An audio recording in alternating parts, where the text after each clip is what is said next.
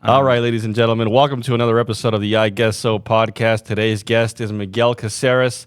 And for those of you wondering who the hell this guy is, why he's on here, I'll tell you a little bit about him, what I can. I originally met this man when I was about 17. And in the world of business, it can be very challenging and hard to know what to do exactly when it comes to logistics, legalities, paperwork this, paperwork that. And when I first met him, he was a business banker, so he helped get me on my first start of putting my SOS together, getting liability insurance, you know, what to do with your taxes, what not to do with your taxes. And as time has gone, and I've obviously grown a little bit, my dick hasn't grown, but my business has grown. He's grown too. He's gone out to other banks. He's in the world of taxes now, in the world of business banking. Ladies and gentlemen, Miguel Cazares. Thank you for doing this. Hey, all. Yeah, it's... I like your power move right here with your hands. Yeah, totally. Yeah, it's one of leadership, body languages that upper management typically, just coaches you on. Make sure you got good posture, right? Mm-hmm. The way you look. Yeah, definitely. The way they treat you. So, oh, yeah, definitely. It kind of came with the job as well. So yeah. Well, for those of you that know you, they know that you're a very helpful person and you don't even think twice before spending some time to help someone. And I've told you myself, sometimes I think you're too fucking nice. Yeah. Yeah. But I guess I want to ultimately find out why you are the way you are. But I want to ask you a little bit about your life, and then we'll dive into little subjects that are going to naturally come as we talk. So tell me a little bit about your upbringing. Where'd you grow up? Yeah, totally. I mean, I was born and raised in Chihuahua and came to the States when I was 15. And so I went straight to North High. And, I was lucky enough to have a really good coach and mentor. So he was my cross-country and track coach, Jeffrey Young. I kind of took on, a lot of his leadership style as well. Mm-hmm. But, growing up in Chihuahua, of course, my parents, they were small business owners, right? And they sold, produce, basically like a mini flea market, mini flea market. And, I was very exposed to that. And but not like a carniceria, no? More like a abarrotes type store? Like exactly. Yeah, like you have a bunch of stalls and somebody sells fruits, somebody sells food, the other one sells... Oh, like a market. Yeah, it's That's a market. Pretty cool. Yeah, like a flea market. Yeah. And this is right downtown Chihuahua. And this is El Mercado, Chihuahua. And, I grew up there. And since little, I was exposed to, interacting with clients, grabbing the fruits and the vegetables and weighing them on the scale. And then I was able to interact, charge. And so you started talking to people or customers at a very young age? Super young age, yeah. I mean, I want to say 7, I was pretty exposed to that. Obviously, like, it wasn't like, oh my gosh, it's a kiddo, free labor. No, it was more like just my parents trying to teach me the way of being a business owner, right? And yeah. If you get offended by that, you're too soft. Like, my parents were very well off when I was a kid, and they didn't make me work, but they pushed me to work. Like, I was a cashier when I was like 10 years old at the shops. And I guess now you mentioned that, I started realizing, wow, I started talking to people like in a professional manner, quote unquote, at a very young age. I don't know if you knew, but I was like a cook for a while too. No, I did not know that. Yeah, that's like cool. this is before you met me. So I was a cashier / cook because my parents, they owned the shop on 88th, and next door to it, where it's a Boost Mobile now, they had a Chinese restaurant at first. It was called Haley's Chinese Express. Oh, nice.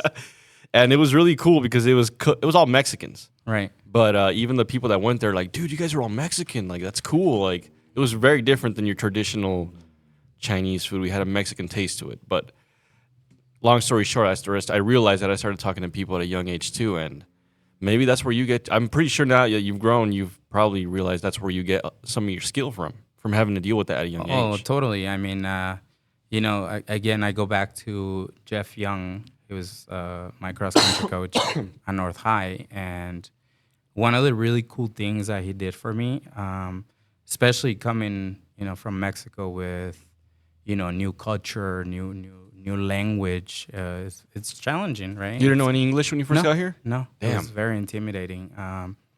And so I remember going up to, practices as he's driving up to the mountains, so that we can get a run on. He'd be like, "Hey, here's the Rocky Mountain News, right? Remember the Rocky Mountain newspaper?" Yeah. He's I like- mean, I'm not going to lie. I didn't read it, but I remember seeing Yeah. newspapers. For those young kids who don't know what we're talking about, newspapers are these things that used to show up at your house. And they had job offerings, the latest news, the latest scandals, and some had sex ads on there. Low key. Obituaries were on there, right? And then, like, you can pay just for a spot, too, right? Like, if you just wanted to say your shit on the news. Totally. I mean, it was a full advertisement, right? But they had different sections. I mean, they had the, Rocky Preps, which is like the high school results. Like you could see like where the stack rankings for any sport. Anyway, long story short, he'd be like, "Hey, all right, so we're driving up," and he would give me the newspaper and he like read to me. And of course, I would say like stuff wrong, right? He didn't know how to pronounce some words. Yeah. And he'd be like, "Hey, that's not how you say it. This is how you say it." And it was pretty amazing not only having a coach on like the races, but out there in life really advocating for not just me, for a lot of kids who actually made it to college because of him. And so Where do you think that came from him? I think he just knew, that I mean, I get maybe you never got a chance to ask him such a deep question, but I guess like his passion to help, it had to come from somewhere. Yeah, I mean, I've always known him as now he's a famous veterinarian. But his vet shop was on 42nd and Tennyson at the time. And so, he came to Colorado and just decided to be a cross-country coach, but he played rugby through all his, athletic career. And I don't know if he just picked running because of it, but I think I apply running in a lot of my life, right? I don't look like it right now because I gained a lot of weight, right, after being married 4 kids. Yeah. But we're like the average epitome of male figure. This is what a dad looks like. This is a dad for sure. Yeah. But we can move some shit around, but totally. we're strong, but we don't look. Yeah. You Well, now that you're saying that, I'm getting back on the horse, but running has taught me a lot of what my life is. So like if you train every day and you go race, and if you do really good, then it's a result of all the hard work you put in, right? Yeah, you have really good discipline, bro, and that's with running. I wonder if you could transfer that into weightlifting and like getting big. You'd probably be a fucking giant. Probably. I mean, it's on anything, right? Because all that shit is just discipline. Well, and you're willing to put yourself through the work plus the crazy diets that I've seen you do throughout your life. Yeah, I think you met me when I was vegan, right? You think you could overeat? You think you could force yourself to overeat? Because that's my biggest issue is when I try to gain size, as far as like my regular meals plus 1 shake or 2, that's all I could do. The rest, I'm like bloated. My jeans feel small. I feel like a fat woman, like I don't like how I feel about myself internally or mentally at the time. It's weird. I can't put myself through it. Yeah, I mean, it's I think especially running, right? Like you burn a lot of calories, so you got to eat constantly. So I remember maybe putting in anywhere from 2,500 calories a day. Yeah. Like on Prime. I mean, I was sometimes putting anywhere from 85. I think I top 90 miles a week. God damn. A little bit over. That's crazy. In a week, right? That's a lot. It is, yeah, it is a lot. So imagine, that guy Michael Phelps, right, the swimmer, like he was eating like 3,200 to 3,500 calories during the Olympics. So I mean, some people say, like from what I've read, that like when you trace our biology back to like our primal days, we were like super strong, like 10x. We were like chimp strong. Yeah, but now we've just lost it because we have electronics and comfort. Oh, now you say that. I mean, imagine. Let's just go 500 years ago, right? Yeah. There's no McDonald's. No. What did you do? You go hunt, right? Mm-hmm. And if you didn't catch anything, you go hungry for a week. Yeah. So I think, all the commodities that we have nowadays is fast life, fast pace, fast food restaurants everywhere. And so like, it's crazy how you can get caught in your own little bubble, huh? Yeah. Like that's as a whole. Like we're all in the American bubble. Totally. And thousands of miles away, there's a couple babies that are going to die of starvation. Probably tonight. Probably more than a couple. It sounds very That's crazy when you think messed about up, that. but it's true.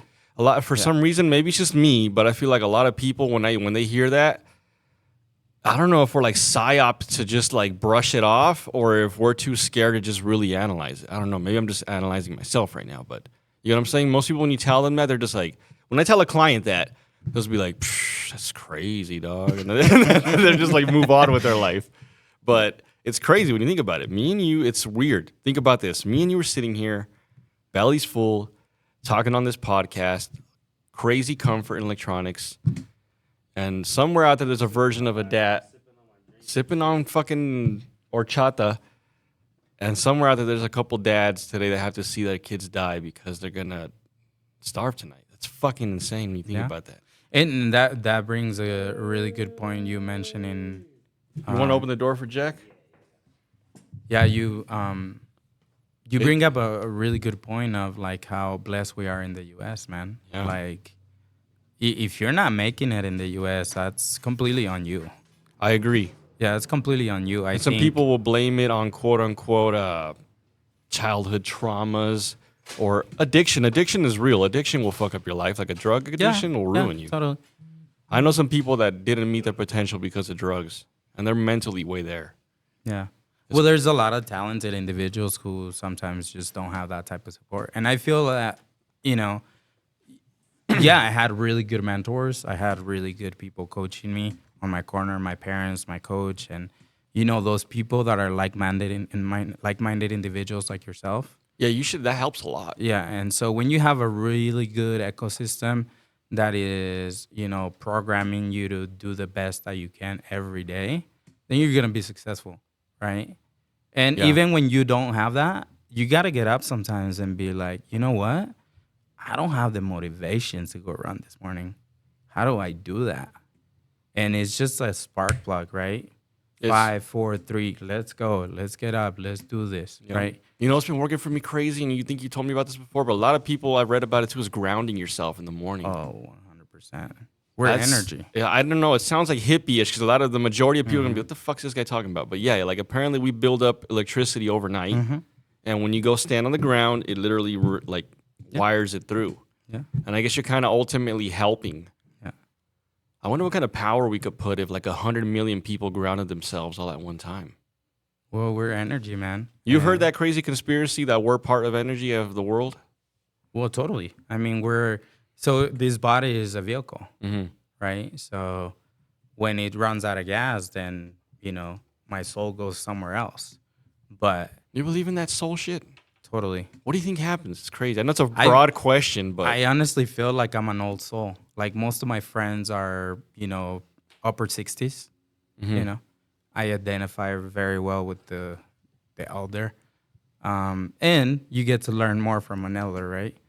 What am I going to go learn from a 15-year-old, 20-year-old? That's crazy because the world has changed so much that there are these crazy young kids that figure out with all this new stuff that at least I can't speak. I can't speak for myself. I'm not very well versed in cryptocurrencies or shit like that. Yeah. But a lot of young kids are making it, bro, with just cryptocurrencies, like knowing when to pull in, pull out, like day trading, long-term trading, and they're just at home on their computer all day. Totally. Yeah. I mean, it's evolution, right? Like, yeah. I mean, think about it. Back in the 90s, there was a phone this big with an antenna. Much of a big as antenna. Yeah. And I never got to see it, but I heard about it. And then after that, we had the Nokias, the famous Nokias, right? Uh-huh. I remember decking out my Nokia early. That the ones you could like pull the face off and like, customize the buttons, and it had Snake on there. Totally. Yeah, I had one of those too. I mean, remember the Mac computers that you could see through the back and they were kind of bubbly on the back? Those were like my high school computers. Yeah. And internet wasn't what we have now, right? It was a dial-up. Like it'll go. Took a while. Yeah, totally. We had the old ass Macs that had like weird bird noises and shit when you clicked on the mouse. And think about it, how long ago was that? Not very long ago. 20 years, quite a bit. Yeah, but I'm talking at least in terms of, in terms of technology, it's a blink of an eye, right? No, that's why like AI is kind of scary if you really pay attention to how fast stuff moves. Mm-hmm. That stuff worry you at all, or is that kind of you kind of look at that as It conspiracy? doesn't worry me. So think of AI as here's what I know about AI, right? Because I've tried it to myself, of course. Like I want to know, but AI can only go so far as a human intelligence because we give it the intelligence. Mm-hmm. Now it could evolve completely, right? Like you're talking about Skynet all over, for sure, right? We got to be careful with it. But nowadays, like if you're a business owner or an individual who's trying to grow and learn, You need and that you're shit. not using AI, Yeah. like don't blame the guy that takes your job. That guy's not taking your job. It's who people who know how to use AI are gonna take those jobs. Yeah. Well, it's so easy now. The Super, Google yeah. Gemini is so dope. You just ask it and it pop. Have you used that? Or you mainly Yeah, use sometimes it's not like super accurate, but Yeah, but it's way different than back in the day. Even 2 years ago, like it never had like a strict answer for you ready to go. You would have to like click on links and see what worked for you, you know? But you don't worry about it. Like, have you looked how AI is gonna be or is probably already being used like in warfare and all that shit? that is a scary model once you put it into that type of power, right? Because everything is power, Yeah. right? And how we use it is gonna affect the rest of the world. But that does worry me a little bit, you know. Well, from what I've heard or videos I've seen and read and shit, like they're like everybody's in a race right now when it comes to like dominant powers. And for whoever reaches this next level of AI, first, that next level being like they gave out examples when AI reaches a level where it will start to be able to better itself without necessarily having human interaction. That's when it will be like next level. Like we haven't cracked that yet, apparently, or maybe they have and we just don't know about it. At least the general public. But when that reaches that level, we will have also like a warfare level of like our. Imagine this: we want to get like a clear picture on Russia. Like we have a satellite that will float over, analyze every single inch of terrain about Russia. Literally, like a 3D image. They'll have Russia in like a chip, and you can read Russia on a laptop. It will like be able to analyze how many tanks they have, how much shit they have buried underground, what's their capacity, what time does it typically fucking rain on a Wednesday, like shit like that to an exaggeration where you'll take all those factors and throw it into like this an AI that will be able to predict like a million war scenarios for you in a matter of an hour and narrow down those million scenarios to like the 10 best. And at that point, it just becomes who has the better AI. Like the AIs will be able to attack AIs. Yeah, I could say that. I mean, everything evolves, right? Yeah, that's crazy when you think about it like that. But I think to your point, we got to be very careful with that power that we're creating because we're creating it. But it's already being used badly. Oh, yeah. I mean, there's so much craziness out there. Like, that new law that was signed by president, right? That like you can use somebody else's face to do AI videos, and so Yeah, that those are being getting able pretty spot on. yeah, I mean, you gotta protect. I mean, somebody could be calling you from overseas with a perfect American accent, Yeah, and you don't even know, right? Or somebody can grab Elon Musk voice or President Trump's voice or somebody else's voice and turn it. yeah, they'll be able to like that's gonna become fraud where like they'll be able to like take a face and call Yeah. a bank and withdraw all their funds or some crazy shit. Well, recently I've been getting voicemails on, hey, don't forget to, pay whatever on the bank. And it's this nice women voice. And if you call it back, most likely 100% of the time it's fraud. Yeah, and a lot of technology nowadays, I don't know who those people might be, but they can literally hack your phone just by you calling them back. 100. It's crazy. 100. You Yeah. see how we spiral off? We're talking about Yeah. you growing up. Yeah. No, this is why. So you met him, and he was. I asked you lastly, well, why do you think he helped you? But you were talking about reading the newspaper. You were starting to learn English. After that, once you got a little fluent in English, did he still when did you stop getting guidance from him, quote unquote? And when did he let you out into the wild? Yeah, I don't think really ever. I mean, I still reach out whenever, just to kind of pick his brain on certain things. But yeah, I mean, he's been a great role model. So my parents, right? Yeah. And I have a couple, like I said, a couple older friends that, they just see things from 1,000-foot view versus 100-foot view. Yeah. And so I think everything that we have in place in terms of people helping us grow, if we're not taking advantage of it and actually applying it, then we just simply sometimes don't succeed, Those are the best people to listen to. What would you say to somebody who's had this like belief like me? Like when you hear somebody, like a lot of people won't believe somebody. Like when you hear the success story, a lot of people will sum it up to like, you just got to take that risk and don't be worried about like losing everything to gain everything type shit. What do you say to the people that are skeptical and are maybe like in a tough situation where it's hard to do that? If you're like stuck even in a quote unquote normal life, like paying a rent or a mortgage with kids and doing little shit here, doing little shit there. If you really like just let time fly by, you will get old and just pay bills the rest of your life. Totally. So what do you say to somebody who's like on that normal life who like, because it's cool when you hear the success story from somebody, but they've already made it, quote unquote. Like when a lot of the time you listen to these people and like, they don't have to worry about money anymore. They've already made it. So maybe it makes it easier for them to say like, just go out and get it, like fuck everything, quote unquote. They don't say fuck everything, but go out and get it and just take the risk and dive all in. I don't know. What would you say to somebody? Because like a lot of people, when I try to motivate them, they're like in disbelief. To answer that in a shorter way, I think a lot of people with those personalities have a lot of their parents' autobiography. And what I mean by that is, well, think about this, right? So, like your parents when you're little, and if you fall, they're like, oh, come on, get up, right? It's encouragement. Yeah. And then as you grow, sometimes you have like, to them is a dumb idea because they may not know. And like, oh, mom, dad, I really want to do this. Or simply a kid who doesn't want to go to college and they want to go to technical school. I'm like, no, you have to go to college, right? In my head, I'm like, at times parents are like, hey, you know what? Like, that's not a good goal or a good dream. You shouldn't do this. You should do this. What happened with the encouragement when they were falling and they were encouraging them to get up, right? I believe to an extent, no? Like you can't just let them do whatever, because what if like, I want to be a fucking comedian for a living? Like that's a very insane gig to make a living on. Yeah. Or stuff crazy like that, Like what would you say to like, let's say Miguelito done where it's like, I want to be, what's something like outlandish that can ultimately take off? Let's say he's okay at rap music. Yeah. And he wants to be a rapper. Yeah. But like, that he can be appreciating his young years of learning a trade, or you're already setting him up financially, but he could start setting himself up financially, quote unquote. What do you say? What would you say to that?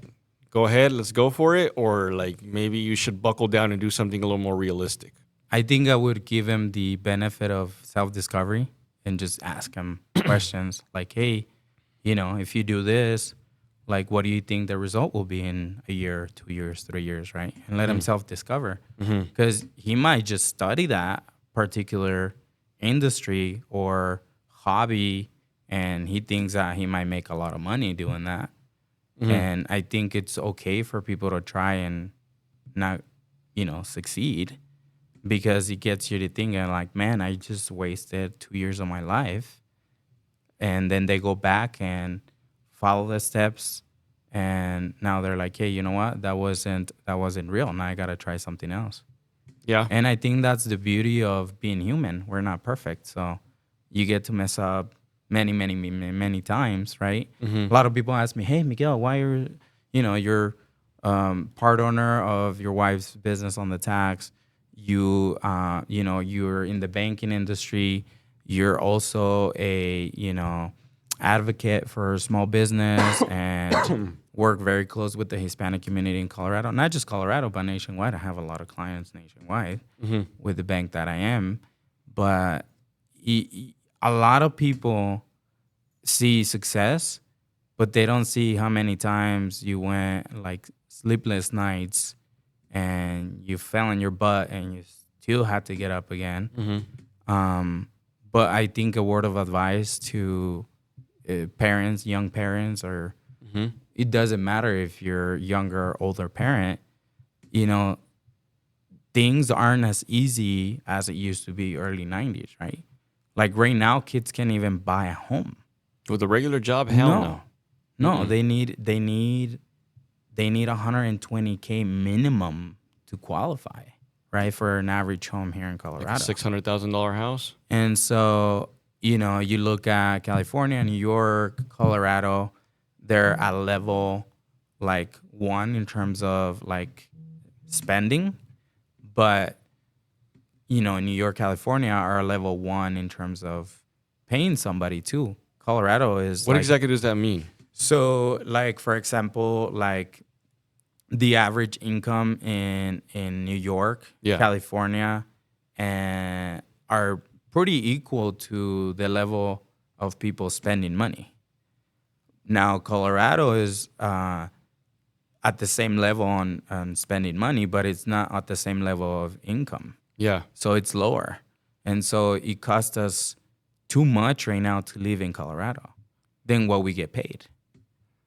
Based on, I'm not going to ask you for what you think a solution is, but based on what you've seen in history, what happens when something happens like in Colorado right now? Because it's happened before. Do eventually wages just catch up and you just got to ride the wave and man it out till it happens? Or is it something that just keeps getting worse and worse? Yeah, I mean, think about just economy during the pandemic, right? Like Colorado did really good. Yeah. Like they weren't hurting. Now, I really truly believe a lot of the cannabis money that was supposed to go to the school system, you know, I think that kept us afloat, you know.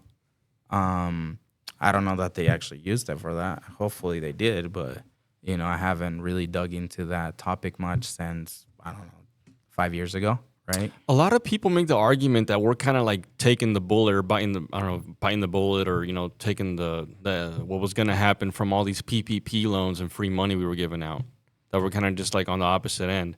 Because you remember, even, does that hold some validity or not? Yeah, I mean, there was a lot of businesses who took advantage of it, for sure, right? At the time, I was at I'm not going to say the name of the bank, but that's where you and I met. And unfortunately, we weren't approving a lot of loans, so I had to send them out to other banks that were getting things approved on the go, pretty much, right? I mean, a 1% loan, it was a no-brainer. Yeah. Now, some people use it wrong. No, I know some people that literally just took it out to take it out, like to have it. Like when do you get a 1% loan on $100K? Like not that often. Not only did they take it out, but they use it wrong, right? So they were buying like this G-Wagons, Lambos, and the whole purpose of that was you maintain people employed through the pandemic. So hey, we're gonna help you out, and we're gonna give you a 1% loan for you to continue to keep those employed. But they made it so easy to make it forgivable. Yeah. I didn't get one. I was just like, I don't really need it. I've always had this like maybe I'm right or wrong, I don't know, but I always felt like it's going to come back to bite me in the ass if I just got it to get it, because I didn't need it. My landlord helped me out here, and luckily I just, you know, had enough to get by. So when you're so dependent of the government, that's all you see. Yeah. And when, like yourself, right, you're like, I didn't need the money. Why would I take it, right? Is it true that there's still some people now getting away with it with like quote unquote unemployment, or like still getting assistance from the government ever since that started? That's a good question. I mean, when I was in the banking, I could tell you I had a couple of bankers who didn't work at all, and they were at home and got paid for a long time. Yeah. And you know, that brought a lot of kind of resentment with the team that was showing up. That was busting their ass. Yeah, they were working their butt off. And, you know, a lot of people did use the system. Did those people have any kind of reason to get that kind of pay? Like, were they higher ups, just regular ass dudes that got lucky? Yeah, I mean, you know, HR exists to a certain extent. Yeah. And if you figure out how to use the system, then you're gonna use it. Yeah. Well, why not? Same here, right? Yeah, Same. I mean, you know, in the tax business, I see a lot of people who may not need the Medicaid, Medicare, or food stamps or whatnot, right? Mhm. And unfortunately, they figure out how to use the system, Yeah. and that makes it bad for the ones that do really need it. Yeah. And I believe that there's a lot Medical of, insurance is really expensive though too. well, I mean, we're gonna see what's gonna happen with this big beautiful bill when people actually figure out what it did, and we'll probably do another podcast to talk Yeah. about that, right? When all this stuff takes effect, you mean? Oh, totally. I mean, businesses are gonna benefit dramatically. It's gonna be amazing for businesses. Why exactly? I mean, they have a lot of perks like you know Sorry being about able. Let's say you want to buy a truck and costs $100,000. You can write off 100% of it as a business now. Really? Yeah, yeah, That's insane. yeah. So I mean, there's QBI, qualified business income, and that is also gonna help out a lot of small business. But we'll talk more on that at another time, so that people could really grasp on. I'm like, oh, here's the things that are gonna benefit me. Here's the things that are gonna hurt me. You know. But I I guess really next time feel, we'll do a big beautiful bill episode. yeah, we can. Yeah, But so totally. I mean that kind of made me feel good. At least some good's coming then, huh? Yeah, yeah. Some good and some bad, I'm assuming. I mean, that's with anything, huh? That's with anything. I mean, that's why I love finance. It changes all the Drama- time. Yeah. All the Dramatically time. sometimes too. Yeah. So like in the tax business, like, I own that with my wife. Mm-hmm. We have a couple tax offices, and she's developing the east side of Denver, Aurora mainly, Parkerish, touching Commerce City ish. And I really think that there's a big underserved community when it comes down to knowledge, Oh yeah. like financial knowledge, financial, like tax knowledge, just being able to maneuver their money. Do you know if anybody's been making what if? I'm sure somebody's taken advantage of this idea already. But does anybody like any immigration lawyers make like something we can hand out to the general public, like a printout of all your rights type shit? Like Totally. if they pull you over, put this on your window and any form of ID, and then just be quiet. Totally. Yeah, there's a couple nonprofits that made little cards, that are bilingual, Spanish, English, and, that helped a lot of people protect themselves with this whole immigration thing that's going on. Yeah. My true belief on immigration, to be honest with you, is the reason why there's a lot of people getting, kind of kicked out right now is because there's something big coming in terms of some type of reform. That's Usually. no, I think it is. Because Obama did a similar thing just on the low. People don't know that he kicked out a bunch of people too. Oh, I think he was I think he's still leading. the king of deportation. Yeah, and then after that, he brought the Dreamer Act and a couple other. Well, one of my buddies, Arturo Jimenez, he's an immigration lawyer, and he wrote a book basically on that, on how you had, everything Democrat, House, Senate, and the president, and nothing happened. Yeah. Right? And so he talks about that in the book, and That'd be cool to talk to him if you'd ever want to. But I mean, think about, there's a lot of undocumented immigrants, okay, who have a W-2, right? And they get FUTA, SUTA, state federal withholding, Social Security withholding on that W-2. Well, if they don't have documents, they don't have a social, they cannot collect Social Security retirement. There's a lot of money in that. Yeah.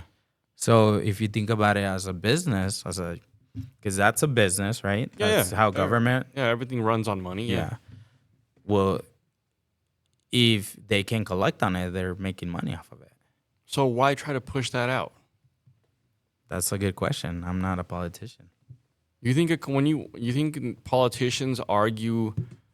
Because from what I've seen on videos, I guess politicians are very prideful, and sometimes they make a lot of decisions based on pride, not necessarily what should be done.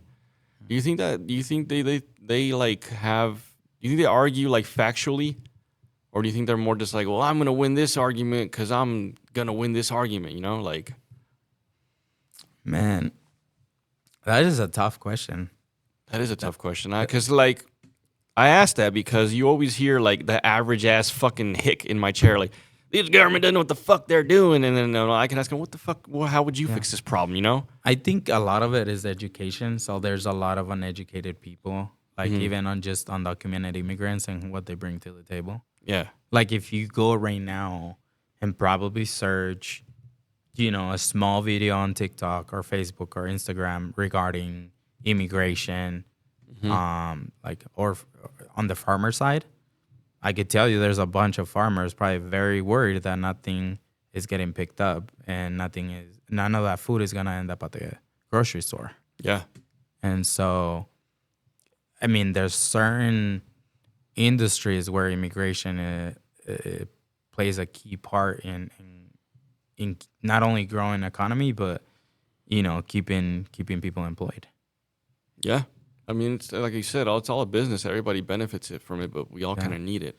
But the thing is that when you make it just about one topic of immigration, right, and nobody sees the aftermath, then people are like, man, we shouldn't have done this.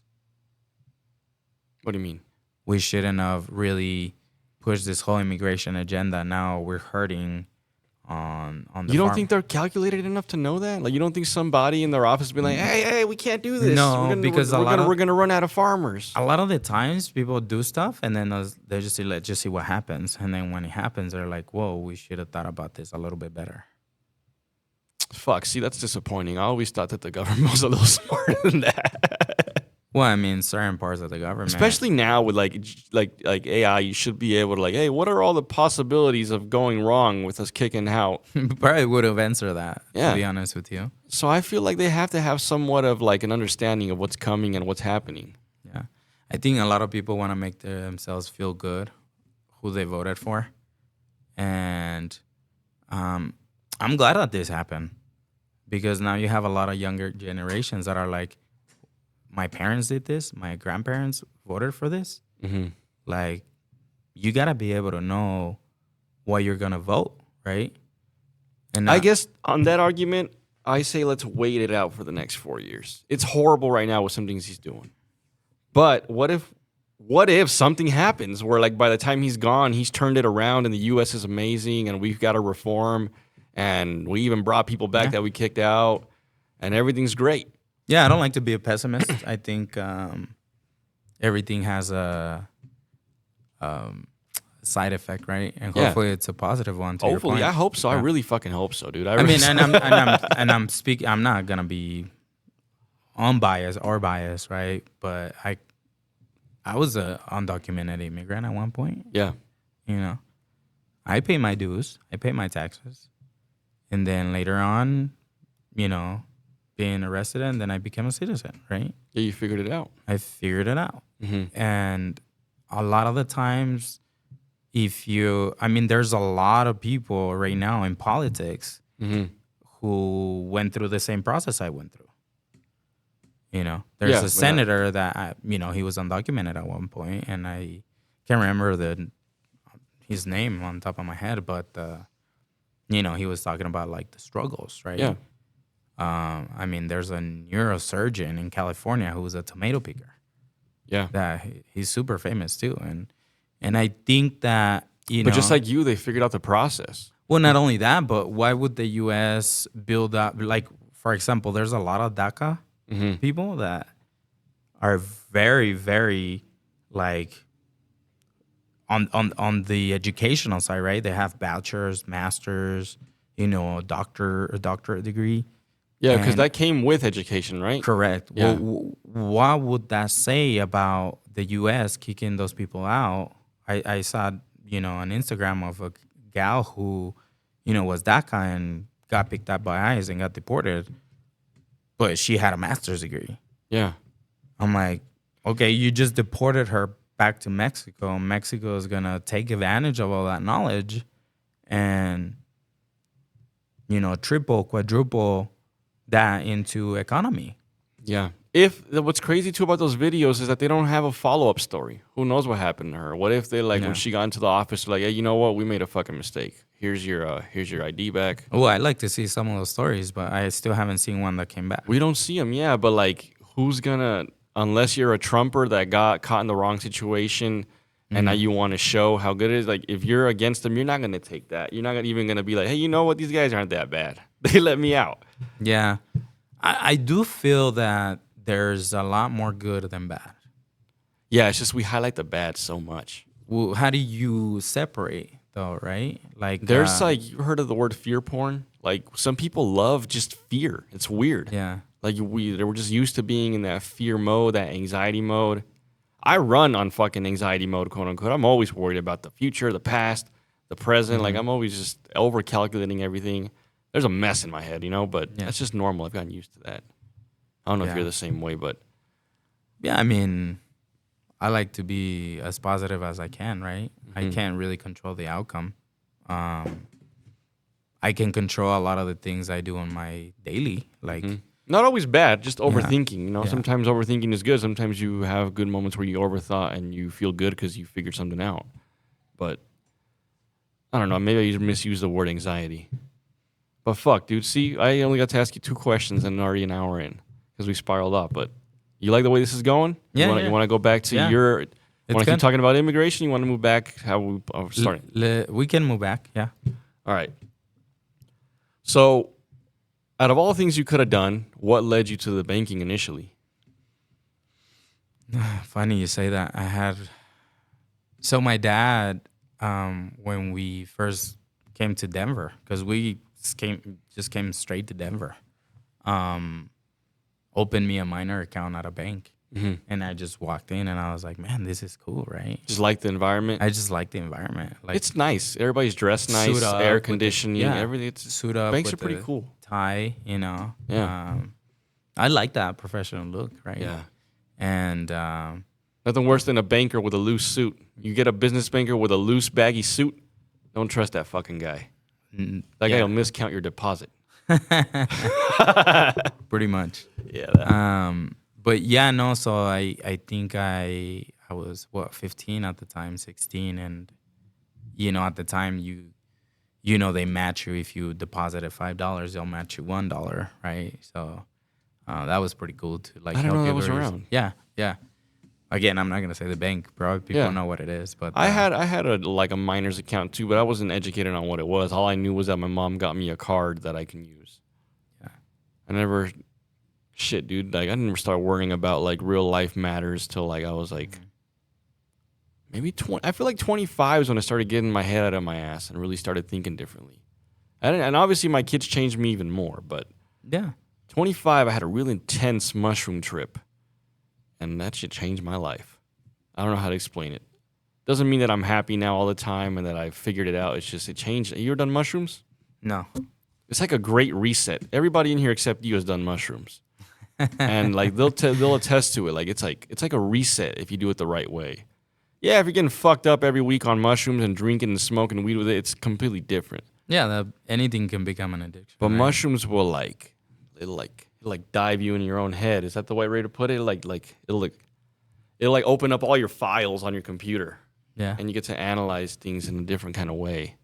Well, I think for me, like running, I got runner's high that I could remember, like a one time, and that was 2009. I was running the Boston Marathon, and I don't recall how I got from. I mean, I kind of recall, but mile 7 to mile 23 just went super quick, and I was just zoned. Yeah, the athletic high is a weird high. Yeah. I never get the pure athletic high anymore because I always have pre-workout, so I'm always all wired to the gym. But I do remember that before I learned about that pre-workout shit. Like I used to get a natural up after you get going, for about 30 minutes. I don't know if it's as intense as 23 miles, probably not. But there's a level of it. But we're all on testosterone now and fucking uppers. Kids are taking testosterone now. I think our bodies are our brain is just so smart, you know, and what you put in is what you're gonna get. So if you treat it well, it's like any car, right? Like you're gonna put premium gasoline, you're gonna do, spark plugs, made out of ceramic or, pretty high end stuff. If you put in pretty high end stuff, then the car is less likely gonna break. Do you believe that we're here down to an organism level 100%, or does a small part believe, since you believe in a soul, do you believe that maybe this is just like a shell? Yeah, and, totally. And, I don't know how to, it sounds like, I don't know how to even ask you this question. Like, kind of not like a simulation theory, because I don't believe in that 100%, but like somewhat of a simulation theory. Like your interpretation right now is your energy, what's inside of you, or do you think this is it? I don't think so. I think there's more to it. It's crazy when I think about it. I think it's like reincarnation for sure. Like the same, maybe like you're right, the soul, it leaves and it takes onto another shell. Yeah, totally. Totally. I mean, this is just a vehicle. This is a vehicle. If it turns off, then... So what do you think is going to happen when we lose the soul, quote unquote, or when we can compute the soul and fucking load someone's existence into another fucking shell? That is a good question that I don't even want to imagine, because then that loses the sense of humanity. Yeah.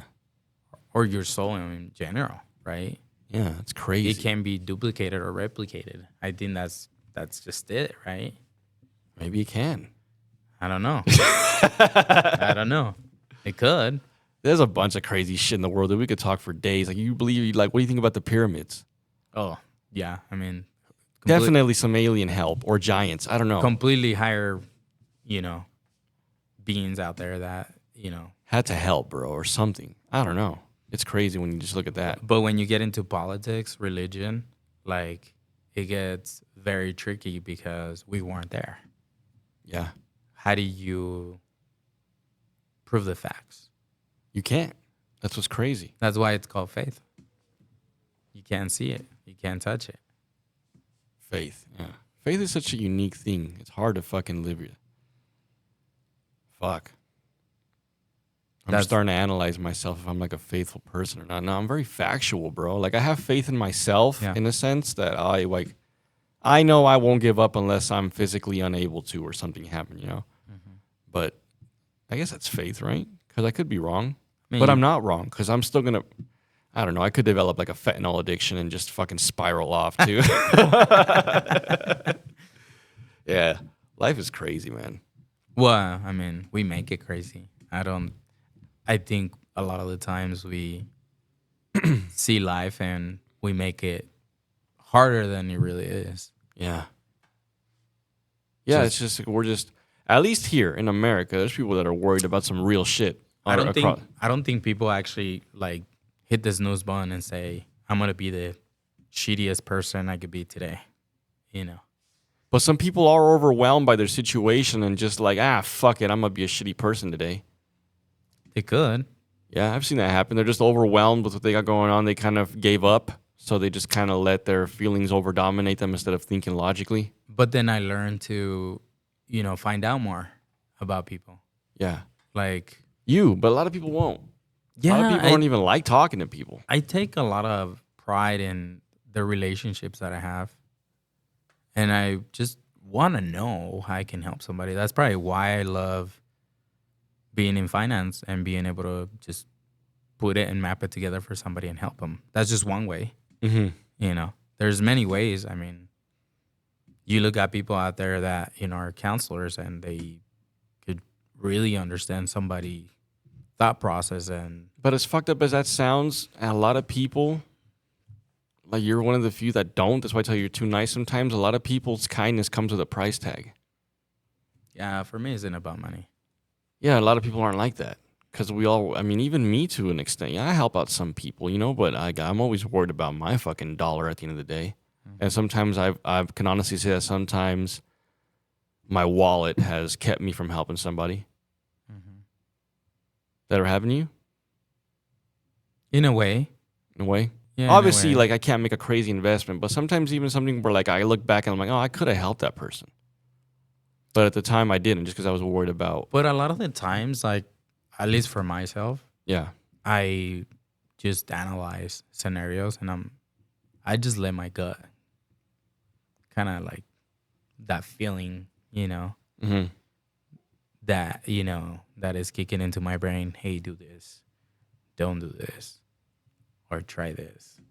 And I just kind of like literally that phrase, roll with the punches. That's kind of what I do. Have you learned to intuitively like smell out the bad ones when you know like I shouldn't help this guy? Like he's in the either It's body like language for yeah. sure. I do quite a bit of body language for sure. Um, I like to listen a little Mm-hmm. bit. I like talking a lot. I have ADHD, like diagnosed, right? Yeah, well, at Sometimes least you got something to say. Most people just say bullshit all day. I tend to sometimes interrupt people, right? And I don't mean it, but if I don't say it, like it just, you have that little trigger that I'm like, I gotta say this. Yeah. But I mean, overall, I like to really listen and peel the onion and Mm-hmm. figure out how I can help that business, that individual, whomever, right? Have you And noticed how most people are thrown off by simple follow-up questions when they realize, oh shit, that guy's actually paying attention?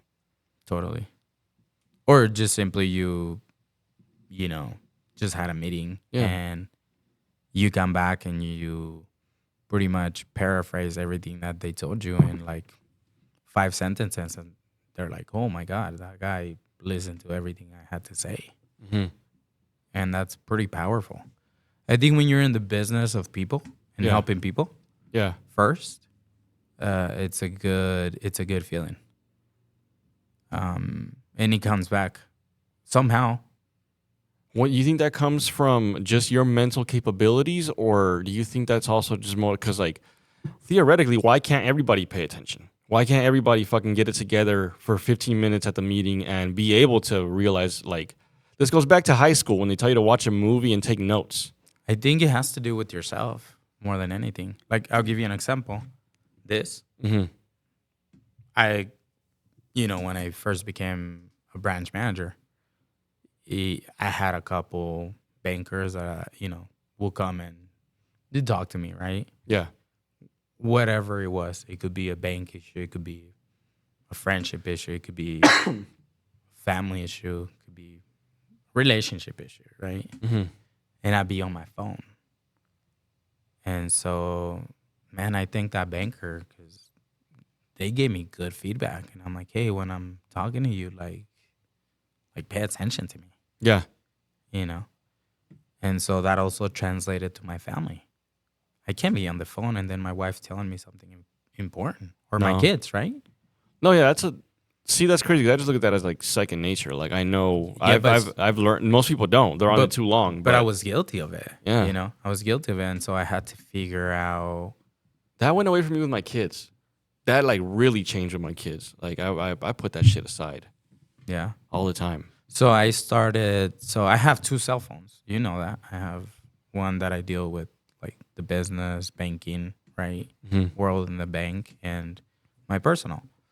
The business one shuts off at 5:30. Like I turn it off completely. Like it could wait.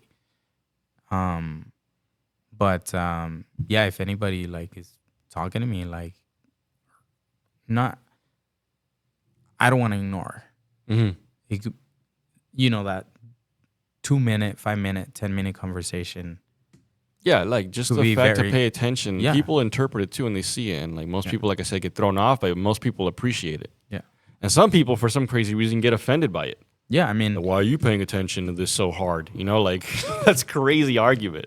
But some people will see it's almost like two dogs that smell each other's asshole. Like one gets like dominated by the other. They think they're getting dominated by like another young buck. You're like, well, who's this fucking asshole who remembered everything? yeah. That's crazy how that happens too. But imagine how much trustworthiness you have after that. yeah. That you took the time to listen. Like even sometimes when you call me, you're like, dude, I don't mean to bother you. Like, I'm so sorry. I'm like, dude, no. Like, if I don't answer, just shoot me a text. I'll call you back. Yeah. Like, it's no problem. But either way, I'm very respectful of people's time. Yeah, I know, but like, One thing that I've like picked up on a video that I watched and I use it a lot, and I always try to end a lot of my phone calls with "Thank you for your time" or "I appreciate your time." That's one of the things you can't get back, and that's what you're ultimately giving me is your time. Well, I mean, We can all gain and lose money, but like you're giving me your time. Like right now, you're giving up your lifetime to be here. I'm glad you're touching on that because that is one of the values for me. Well, that's pretty much everybody's value if you think about it. Well, I mean, that's the only real true value of life, time, right? Yeah. And you lose it, you can't buy it. You can't buy it. Like that's reality, Yeah. right? So like I see a lot of people sometimes. Not yet. Not yet. I mean, just a quick example, right? Like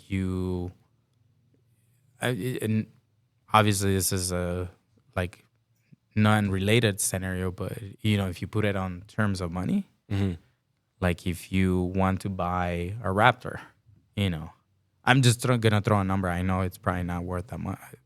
What I'm saying is probably higher, but let's just say 50,000, right?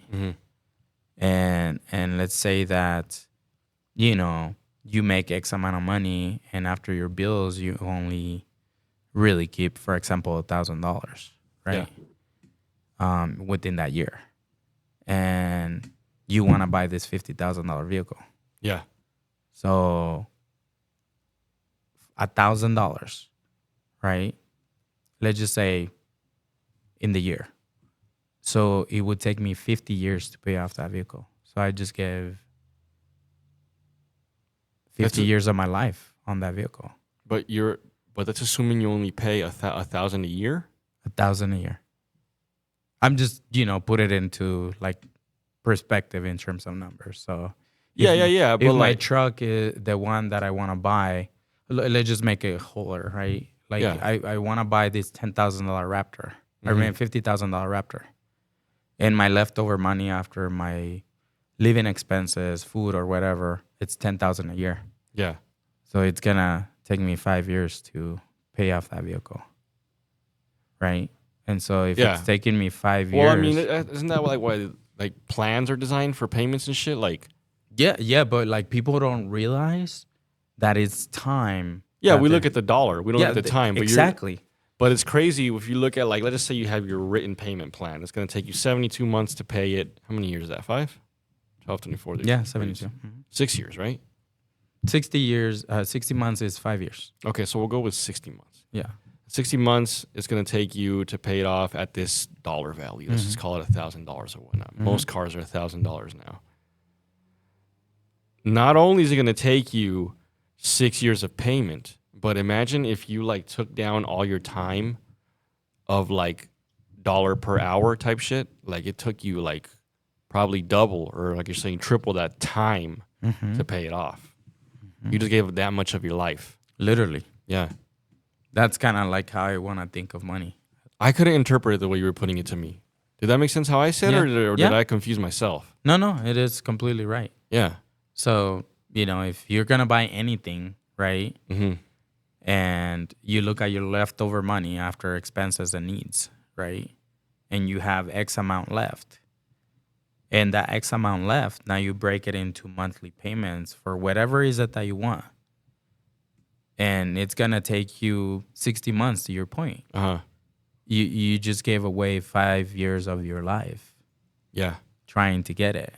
So that's why it's so important in money. Like, see, most people, they look at it as just another bill, though, because we're already paying bills. So everybody's like, fuck it. Well, I'm still working anyways. But what happens when you lose your job or like you get like that's the risk everybody takes. And you're like, oh shoot, I just I'm fucked. I still have 3 years of my life to settle this amount that I owe. And they're freaking out, so they need to get. Now you're cooked, as a young kid say it. Exactly. Yeah. That's why it's so important to keep 6 months of your total monthly expenses. So, like, for example, if your total expenses, I'm just doing a small number, it's $1,000.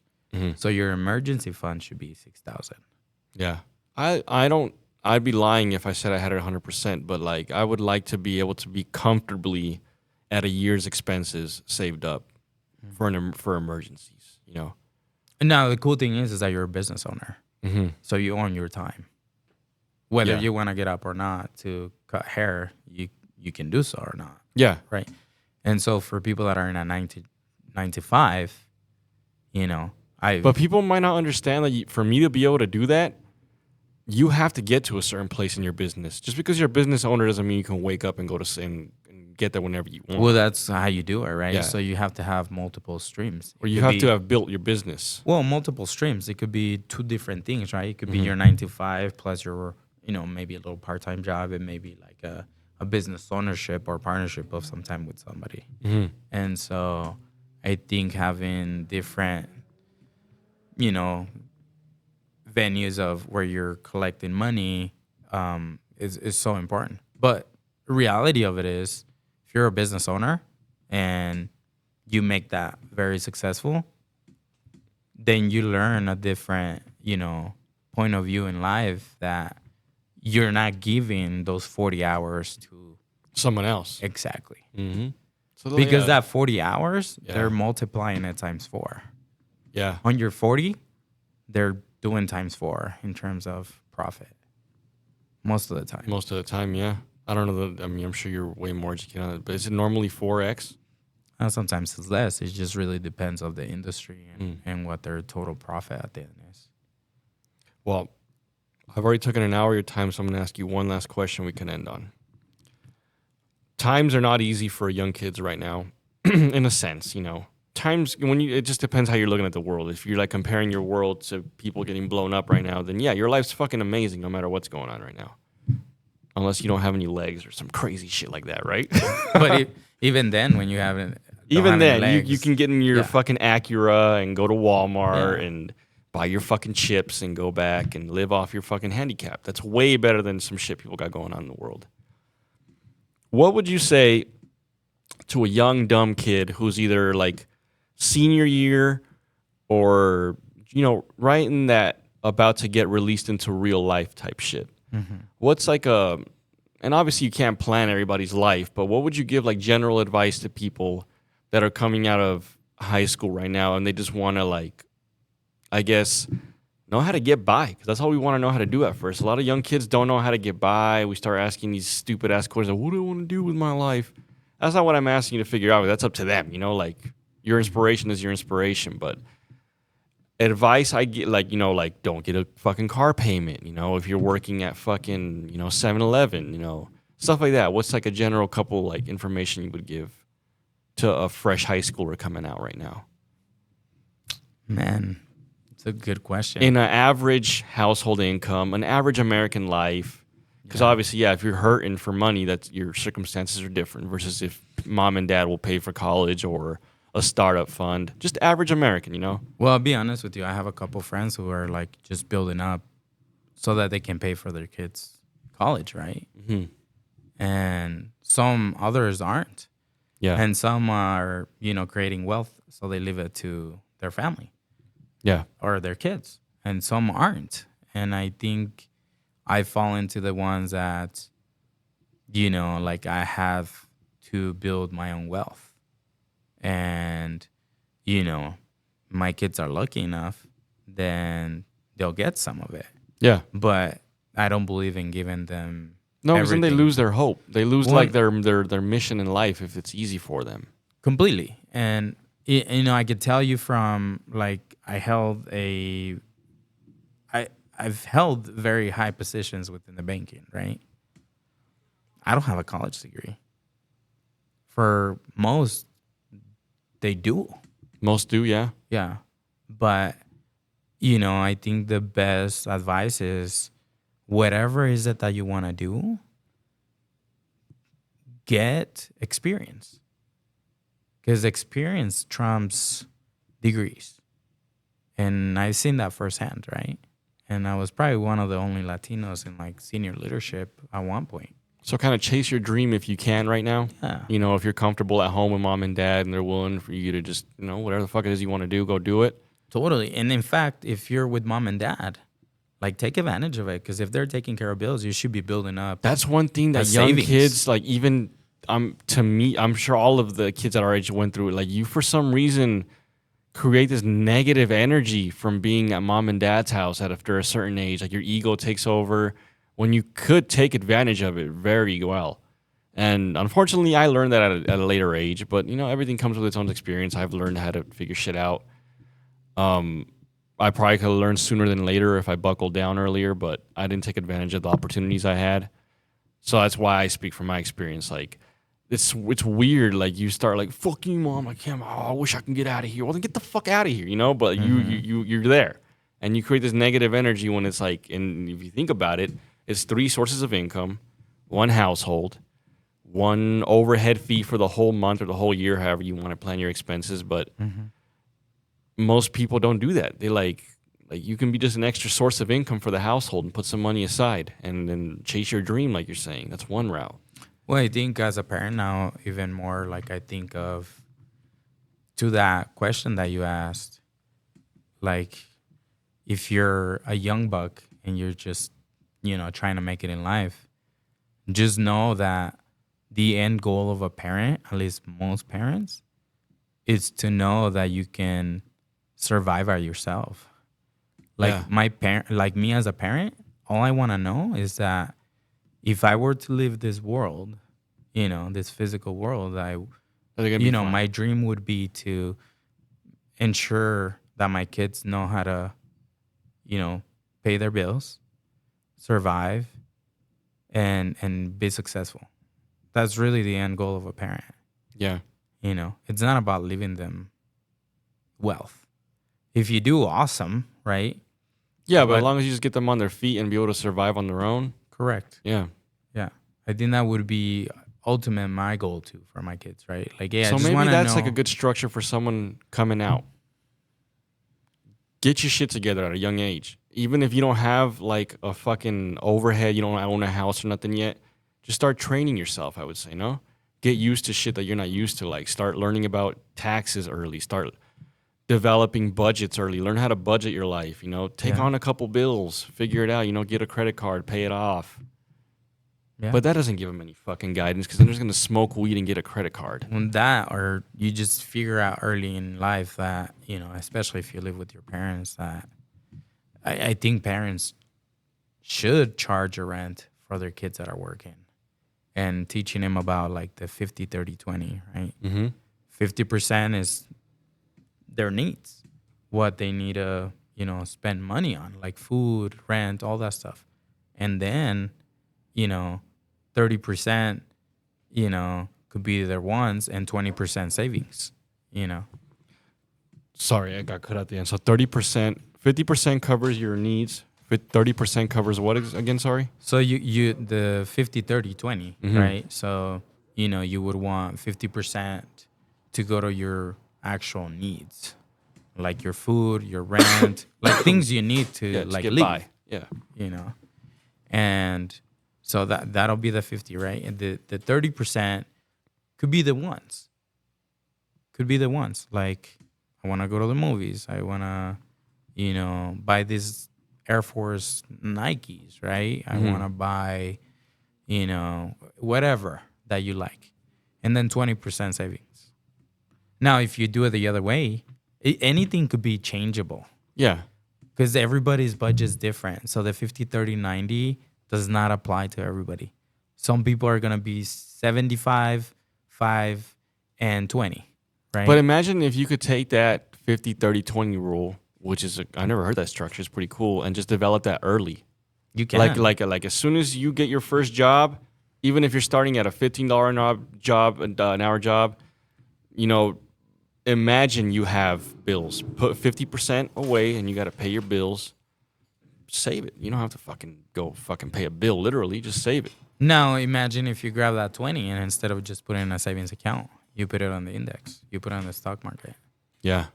That's different. That's a whole nother conversation, dude, because a lot of people, including me, don't know shit about growing your money now. And, it seems like it's all changing into crypto, and it's kind of throwing everybody off. Yeah. I feel like I should put all my money in Bitcoin, but then I don't know. I talked about earlier, when you gave me a cut last time, it's just you got to diversify. Cannot be one thing. It could be different things, right? Different stocks and maybe some crypto and, put some money in your Roth IRA too, Yeah. So, you can do all three. So the school system hasn't caught up to that, bro. There's no fucking there's no crypto class, like they should have something that teaches you. Well, I think you brought up a good point at the beginning, how there's a lot of young bucks just, getting out there and just learning crypto by themselves or how to play with the stock market. Like, get going. Yeah. Like, if you're 18, dude, like, download Robinhood and just put Start fucking around. Yeah. Yeah, put $10 every. So for me, I don't buy Starbucks anymore. And if I do, it's sporadically, right? Mm-hmm. But I grab what I would spend in Starbucks in a daily for a week. And every Monday, there's a debit out of my checking account. And I split it between those three that I just mentioned: cryptos, stock, and Roth IRA. I never thought about that. See, it's just building simple habits like that. And I don't look at it. I mean, if I showed you right now, it's just my, toying around money. Mm. But there's easily like $3,000 in there. Oh, it builds up. When you put money aside like that with auto deposits and shit, it builds up quick. Because otherwise I would have spent the money elsewhere. Yeah. And, I want to create those habits for my kids too as soon as they turn 18, get them a little See, this was Robinhood cool, account. man. I'm actually learning some shit today. I always just bullshit and we rap and laugh. Yeah. And we laughed today, but it was cool to learn some stuff. I'm sure everybody who was in here listening probably learned something from being here today. I want to thank you for your time, and there's definitely got to be a part 2 because there's a bunch of more questions I got to ask you, but we all got kids and families you got to get back to. Awesome. No. You have anything you want to ask them before we leave? Not really. Nothing comes to mind. Well, Jack, you here? Yeah, Jack. That's my buddy Jack. I grew up with him. I'm sure you met him before, right? I think so. Yeah. Yeah, I met him 2nd grade, and that's his cousin. I met him 7th grade. No, you were out of high school when you got here. No, you were still in school, right? Nah, I came here like 2012, after when I was. Oh no, yeah. Then it was shortly after high school. Where'd you go to high school? Thornton. Okay. Yeah, you North, right? North High. Yeah. Well, ladies and gentlemen, I hope you learned some shit today. I hope you paid attention, and at least if you didn't pay attention, use ChatGPT to summarize this podcast for you. We had a great time. I hope you did too. We'll make little clips for you because people don't have attention spans to learn for an hour, so we'll make it easy for the dumb people too. Thank you for your time, Miguel. I appreciate it. Anything else? I forgot. That was rude of me. Is there anything you want to say before we leave? Honestly, can't wait for the next one so we could talk more. It could be anything. Yeah. For those of you, if it's open like this, dude, conversation is endless. That's why I ask you, if there's something you want to touch on specifically, totally. we can, because I'll start asking you about aliens and shit. Well, I think for your viewers, right? If you have questions, could be anything. Could be business, small business, finance. It could be taxes. It could be structuring a business. It could be just life in general. A lot of my knowledge is my perspective. You don't have to agree or disagree with me, but if you have any questions, put them on the comments and we could talk about those. Oh, yeah. That's a good way to end it. Also, one thing I'll say is don't be so hard on yourself. Success is individual for everybody else. Take small steps to success. If success is way too far out of reach, you're not going to make it because you're going to get overwhelmed. True. That's safe to say? Not only that, but a lot of people are like, well, he's doing that. She's doing that. Yeah. And why is he doing? I want to do that. And I'm like, dude, you're your own competition. So whatever it is that you want to do, set your feet down on the ground, ground yourself, and compete against yourself. That is the best advice I could give somebody. That's really good advice. And in short words, for listeners that have listened to this a long time, you know what I'm going to say. In long story short, what he said is sometimes you just got to buck up, buckaroo.